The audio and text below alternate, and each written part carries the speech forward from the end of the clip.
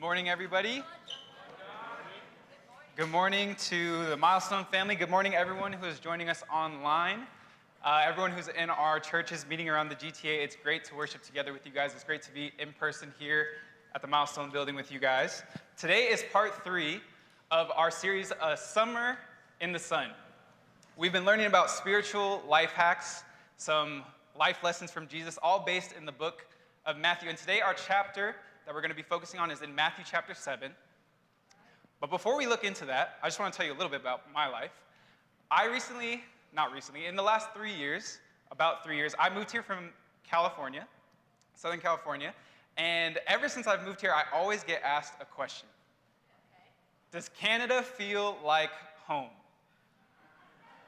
Does Toronto, does the GTA feel like home?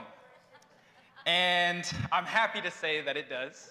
I'm happy to say that I love my life here. I love the church here. I'm very grounded here in Canada.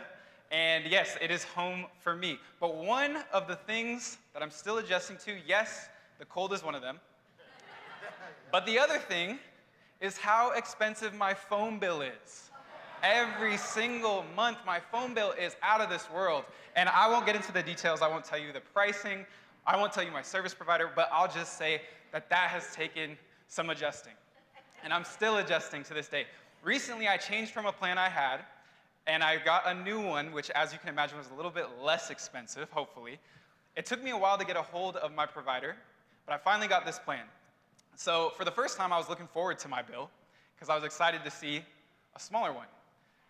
In the morning, I open up my email, and I get this email from my service provider saying, your bill is ready. I happily click it. It's higher than what I agreed to. It's higher than this new plan that I set up. So as you can imagine, I'm a little upset. First thing I do, I call up my service provider. And as you guys know, as soon as you call your service provider, you get a wait time. My wait time was 2 hours. So on top of me having to adjust to these new prices, I'm adjusting to long wait lines as well for each call that I make. So now I'm in line, and I don't leave my place in line. I don't leave a voicemail, save my spot. I need them to answer me. I need to get through to an agent right now and get my bill sorted. So I stay on the line. It's about an hour and a half into my wait time, and I go down to my basement. Call drops. So as you can imagine, I'm a little frustrated. So I make my way back upstairs. This time I call back. Again, I don't save my spot in line. I'm getting through to this agent. 30 minutes pass, and I get a call from someone in my contact list. I don't even remember who it was, but I get a call, and instead, in my haste to ignore that call, I hang up on the service provider. So now I'm even more frustrated, but it's just self-infliction at this point. I'm just hurting myself at this point, but I'm getting more unsettled by it. I need to get through to this service provider. Eventually, I wait the 2 hours. It's probably like afternoon by now from the morning, and I get through, I get my bill sorted, and I'm temporarily happy that my bill is back down to what I agreed to. Now, I share this story because it was a victory, yes, but also because it relates to our passage and what we're going to be reading in Matthew chapter 7. In the NLT, it says in verse 7, keep on asking, and you will receive what you ask for. Keep on seeking, and you will find. Keep on knocking, and the door will be open to you. For everyone who asks receives, everyone who seeks finds, and to everyone who knocks, the door will be open. The question for us this morning, and the title of my sermon today is, why don't you ask? Why don't we ask? Jesus in this passage is giving us a very famous message. Have we heard this message before? Ask, seek, knock. Many of you guys could probably quote this passage just right off the top. You probably know it well. Many of us who maybe didn't even grow up spiritually focused, spiritually driven, we weren't raised going to church or anything like that, you might even know this passage. It's a very popular one. Ask, and it will be given to you. Seek, and you will find. Knock, and the door will be open. And one of the reasons we love this passage is because of that guarantee. When you ask, you get. When you seek, you'll find. When you knock, that door will be open. It's a promise, it's a guarantee. So our question this morning is, why then don't you ask? Why don't we ask?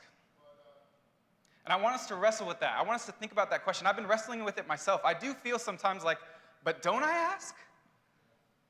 Maybe you in here feel similar.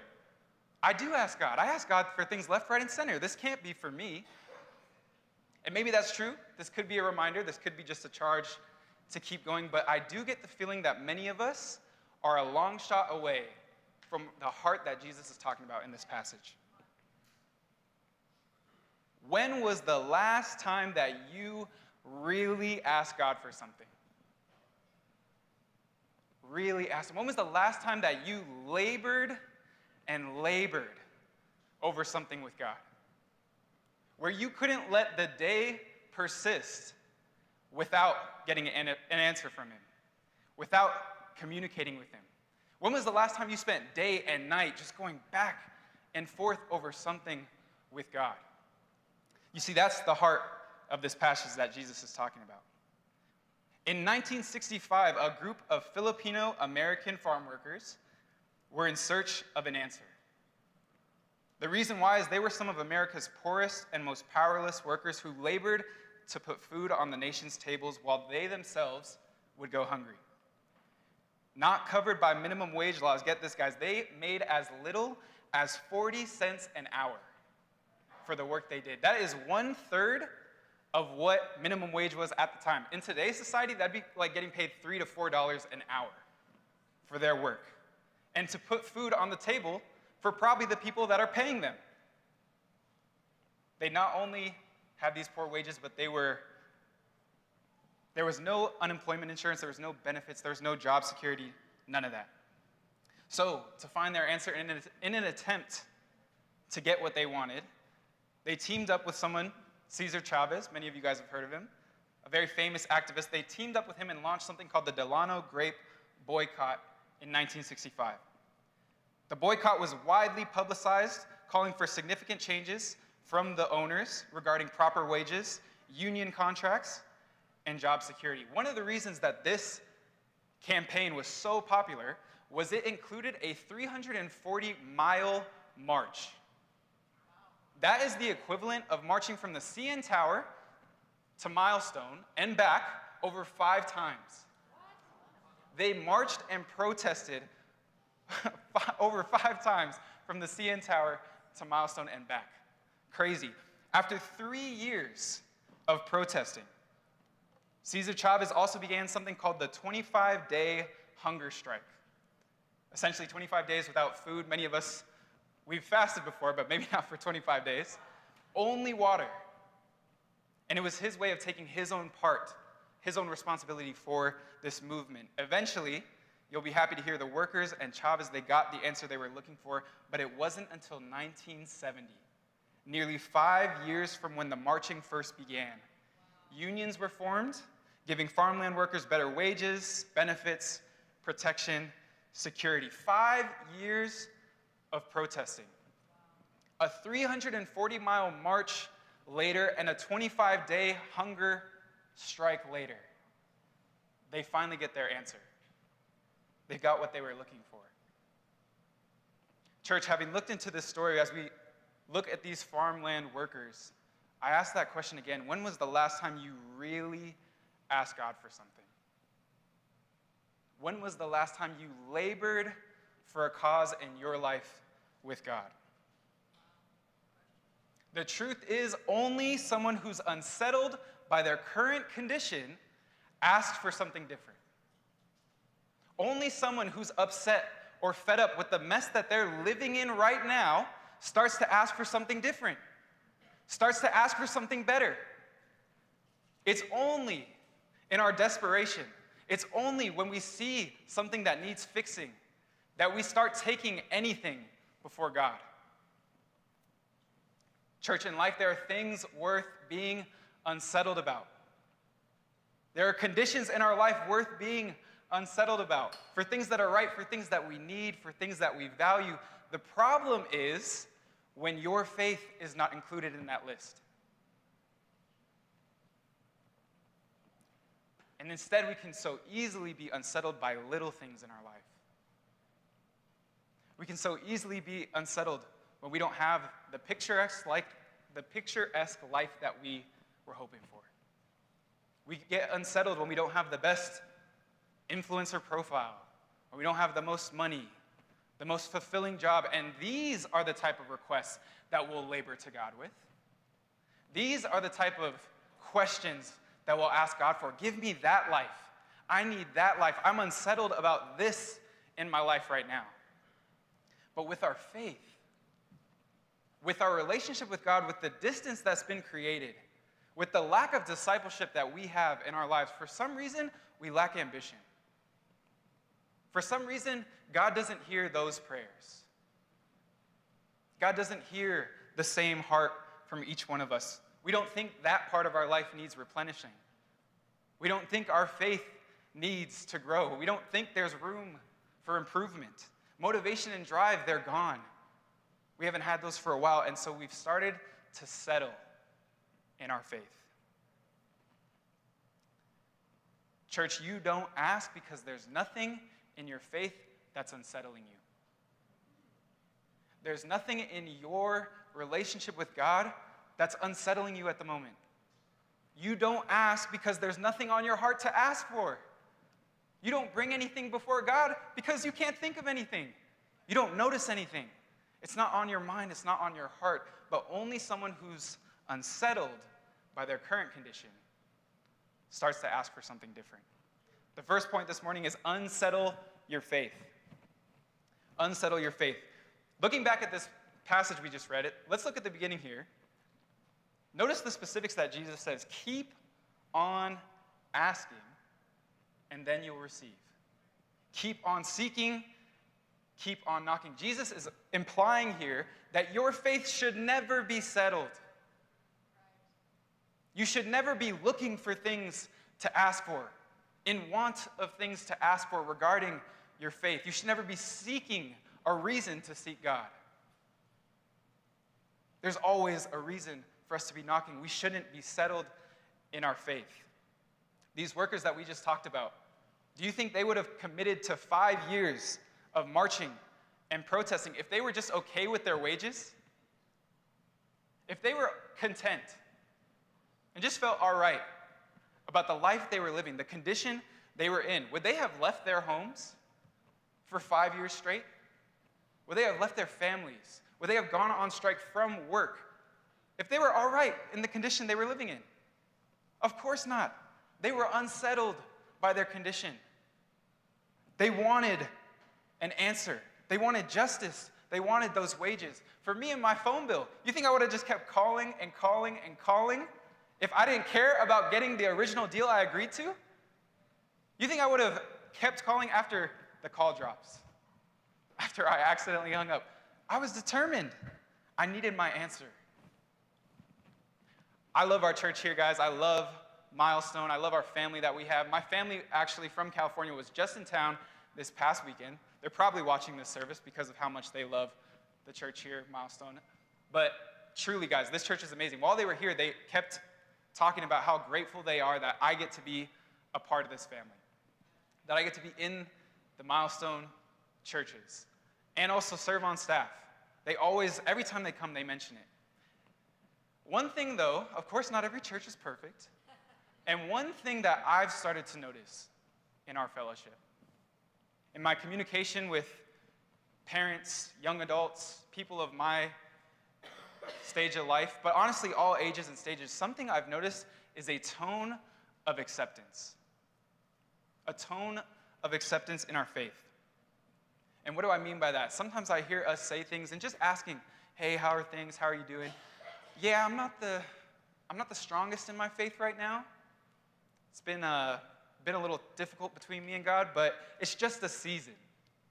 It's just a season of that. Trust, it's just a season. That season's been going on for years. I'm feeling disconnected from the church, from God's people, but everyone's got their journey, right? Everyone's on their own journey. We find our way eventually. Or this is a big one recently, guys. COVID did a number on my faith, my relationship with God. Not the greatest right now, but it's the new normal. We're in the new normal. We're all adjusting still, right? We're all there. Back in 2020, I know that's when it started, but It's the new normal. Guys, it is halfway through 2023. How many years are you going to keep spiritually isolating yourself from God? How many more new normals do you need until you rekindle your fire for God? It's about 4 new normals since that new normal. How many more do you need? How much distance are you looking to create between you and God? How much longer is that sin going to have you in that chokehold? Cut that off. Church, we accept disconnection. We accept distance. We accept mediocrity. We accept good enough in our discipleship way too often. And that's not what Jesus is talking about here in Matthew 7. We need to be unsettled in our faith and keep asking, and keep asking, and keep seeking, and keep knocking until a door is open. An unsettled faith doesn't stop. An unsettled faith keeps on, and it keeps on, and it keeps on. We've stopped asking because we've settled in our current condition of faith. We've settled where we're at. It's the new normal for us. So how do we get unsettled? How do we do that? Jesus gives us a parable later on after this that I think illustrates a good point for us. In Luke chapter 18, we read in verse 1, one day Jesus told his disciples a story to show that they should always pray and never give up. There was a judge in a certain city, he said, who neither feared God nor cared about people. A widow of that city came to him repeatedly saying, give me justice in this dispute with my enemy. Church, have you forgotten who your enemy is? Have you forgotten that Satan is actively looking for opportune times to destroy not only your faith, but the faith of those around you? That's your enemy, and we all share him. Do you think COVID did a number on Satan? You think Satan's still adjusting to this new normal that we're living in? You think he's taking this summer off and relaxing in one of these chairs while we have this Summer in a Sun series? Satan is running things in our world today. He won't be victorious. We know that. The scriptures tell us that. But it doesn't mean that he's not having a field day with what's happening around us. He is running things in our lives. And even if your faith might be on lock. You might be like, no, I'm good. Satan's not in my backyard. But he's in the backyard of your friends. He's running things in the lives of those around you. My second point this morning in how we unsettle our faith is we need to notice the injustice. Our first practical in unsettling our faith is noticing the spiritual injustice around us. In this passage, we don't actually know what happened to this woman. It just says she wants justice. We don't know what it was, the scenario, but we know that she can't stop talking about it. We know that she does something about it. She can't settle with what's happened to her. With us this morning, is there no injustice in your life? Of course, physical, societal injustice is all around us, and we should be praying about those things too. We should be talking to God about those things too. But is there no spiritual injustice in your life, in the lives of those around you? Is there no family member or friend who has zero love for God, zero connection to God, no desire, maybe even a hatred of God? Parents, is there not a teen in your household who can't fathom the thought of becoming a disciple one day? Is that not in this room? You know, working with the teens, I love the teens so much, and one of the things that we do is we often just check in with each teen and see how they're doing, see where their faith is at. And something I notice in the lives of many of our teens is just a lack of urgency. A lack of urgency to ask, to seek, to knock.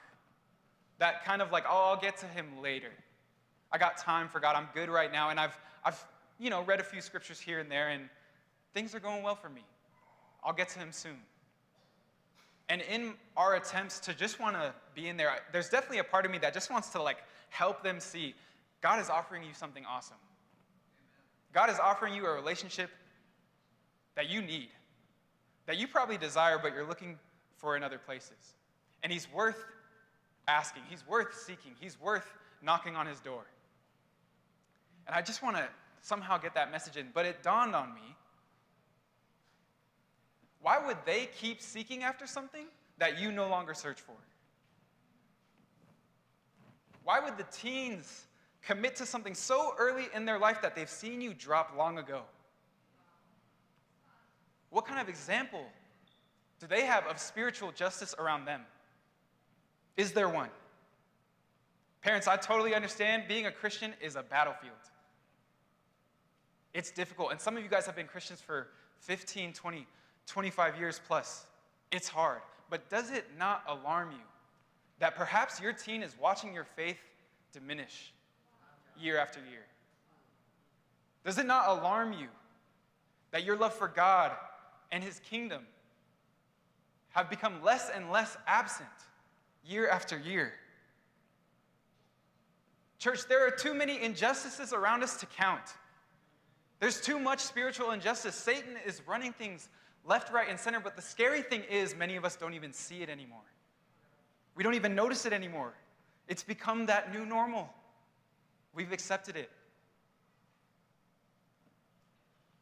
Being unsettled in our faith is not about being negative. It's not about saying, oh, my faith is terrible, I have no faith. It's not a pity party. But being unsettled is recognizing, opening our eyes to see that Satan is winning a battle in your life and those around you. He's winning that battle for your teen, and you're accepting it. You're not doing anything about it. You're not asking for anything. He's winning that battle for your family, for your community, for your neighborhood, and you're not doing anything about it. For some of us, the last time that we were unsettled in our faith was actually when we were baptized. The time when we were noticing the injustice the most was ironically right when we got saved. And since then, something's changed. Something's happened. Are we not alarmed that we are less zealous today than we were decades ago? Our fire for God has dwindled for many of us, and we need to unsettle that again. We need to rebuild it. Unsettling your faith is seeing the injustice and rebuilding the conviction you once had about it. Rebuilding that conviction you had on your baptism day. Being unsettled is noticing the injustice and asking something to God. Begging him to do something, give you an answer in that area.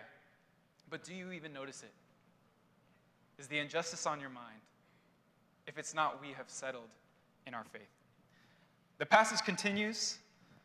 The judge ignored her for a while, but finally he said to himself, I don't fear God or care about people, but this woman is driving me crazy. I'm going to see that she gets justice because she is wearing me out with her constant requests. Keep in mind, guys, this scripture, Jesus is kind of a savage here because he tells us that this judge cares about nobody. He doesn't care about God. He doesn't care about people. He is in things for himself. He is solely trying to get a check. He's just trying to get a bag. That's it. That's what he's here for. But this woman won't leave him alone. Repeatedly, she just keeps asking and keeps asking and keeps asking. And he's like, I have to give her justice. And so he does. He gives the woman justice. Church, I fear that we put more of our faith into politicians in our world than we actually do into God himself.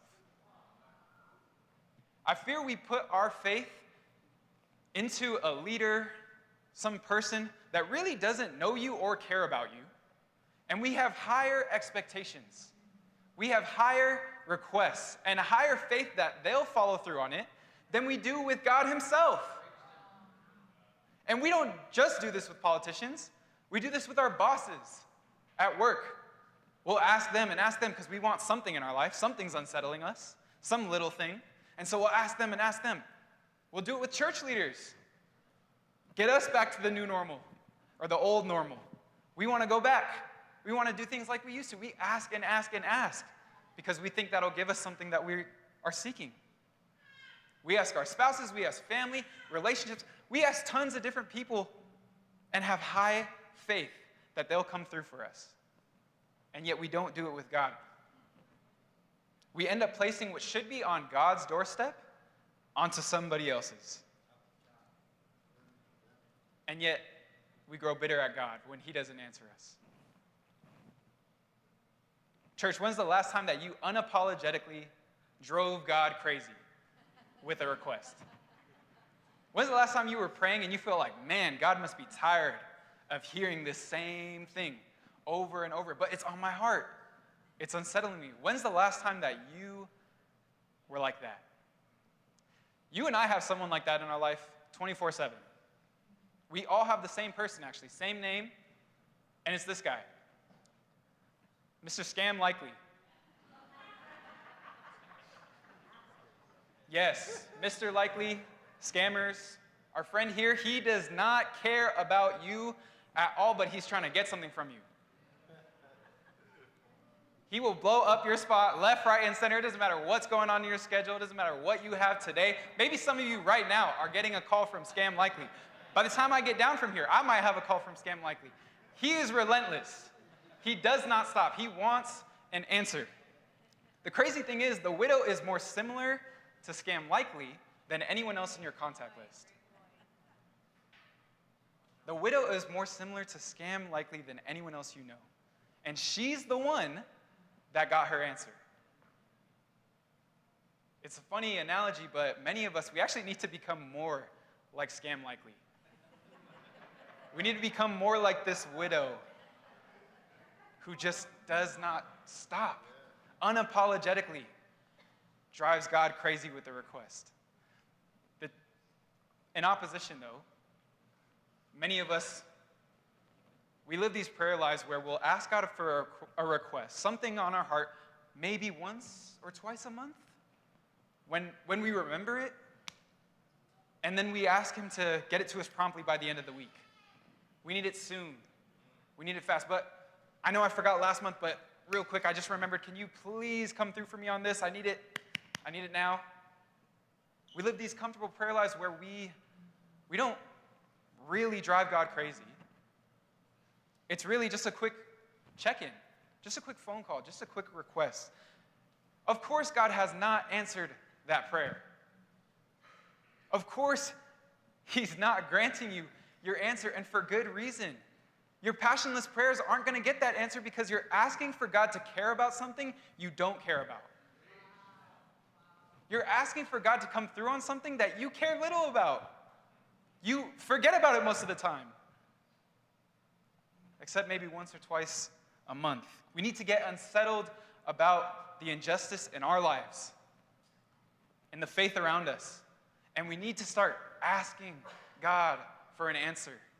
We need to keep on asking until that door is open. Drive him crazy with that request. That's what Jesus is calling us to in this passage. And lastly, we have to believe what it says here in verse 6. Then the Lord said, "Learn a lesson from this unjust judge. Even he rendered a just decision in the end. So don't you think God will surely give justice to his chosen people who cry out to him day and night? Will he keep putting them off? I tell you, he will grant justice to them quickly." My third and final point is cry out for God. And specifically for God, not for anyone else, not for any person, any politician, none of that. Only for God. Jesus says, look at this judge, this unjust, pretty much apathetic, doesn't care for anyone but himself judge. Look how he was able to grant justice to this woman. Think about the farm workers. Look how they were able to get their justice. How much more is God looking to give you yours? How much more is God looking to bring justice to what Satan has been actively destroying around you? But will you ask? Will you keep on asking? Many of us, we do cry out. We do offer up a question or request. But sometimes I don't think we understand who it is that we're crying out to. That's what Jesus is hinting at here. He's saying, look at this unjust judge. Even he gave an answer. Church, we are crying out to our Creator. And many times when we open our mouths, I think some of us just think we're talking to a wall. I think some of us just think we're talking into the wind. No one's actually hearing it. We're just ignored. We're put off. No one's actually listening. And sometimes for me, there's power in visualizing God standing by my side when I request something. But I think for many of us, we just visualize us talking to ourselves. That no one's listening. It's just me. And Jesus is saying, God isn't ignoring you. He's not like this judge. He's not putting you off. He's better than your politician. He's better than whoever it is you're asking for instead of him. He's better than whatever it is you're putting your faith into instead of him. He's worth persistently seeking. He's worth the questions. And we need to stop throwing these passionless, every so often requests to God and start communicating with him. We need to start talking with him. And we need to be unsettled if that's not where we're at right now. God made us co-heirs with his Son, Christ himself. So we need to believe that when we ask, when we seek, when we knock, a door will be opened. As the passage ends, Jesus asks us a very sobering question. It says in verse 7, "So don't you think that God will surely give justice to those chosen people who cry out to him day and night? Will he keep putting them off? I tell you, he will grant justice to them quickly. But when the Son of Man returns, how many will he find on the earth who have faith?" God is ready to give justice, but he is looking for faith. I mentioned earlier that I grew up in Southern California. My dad and I, we were football fans, mainly my dad. He's a big Chargers fan. San Diego Chargers at the time, now LA. Anyone in here fans of a team that never wins anything? Yeah, probably the wrong sensitive subject for this crowd. But yes, he is a huge Chargers fan to this day. And if he's watching, he's probably not happy about that one. But he's a huge Chargers fan. And when I was about 7 or 8 years old, we went down to San Diego because they were there at the time. And we went to a Chargers practice, NFL team. And after the practice ended, we were all up in the bleachers, but they invited us down to the fence that was kind of surrounding the field.